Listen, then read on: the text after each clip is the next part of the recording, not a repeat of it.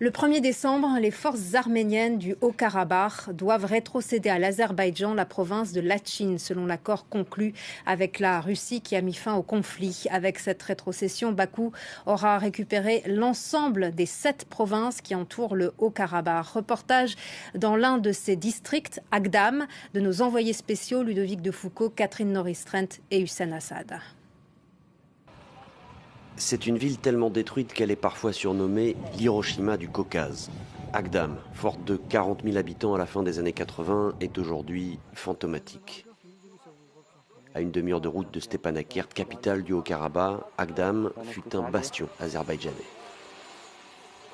Le seul édifice encore debout à Agdam est cette mosquée. Cette ville revêtait une importance stratégique capitale pendant le premier conflit au Haut-Karabakh. Il y a 30 ans, c'est d'ici que l'armée azerbaïdjanaise pilonnait les positions des forces arméniennes dans les montagnes du Haut-Karabakh, non loin. Quand cette ville est tombée, en 93, cela a marqué un tournant dans la guerre. La défaite a poussé les habitants vers l'exode. Aujourd'hui, les déplacés reviennent et découvrent des bâtiments désossés. Ce membre du parti présidentiel s'indigne.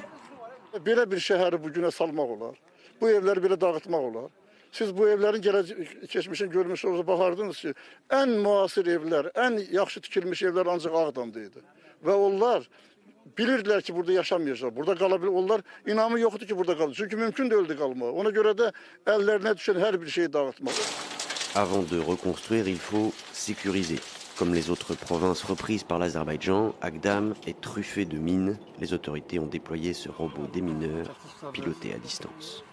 4500'e yaxın piyada əleyhinə mina, 2000'ə yaxın tank əleyhinə mina, 750'ə yaxın isə müxtəlif növ bombalar aşkar edilərək zərərsizləşdirilmişdir. İnsanların geri qayıdışı 3-5 il ərzində, amma tam təmizləmə isə 10-13-15 il ərzində planlaşdırılır.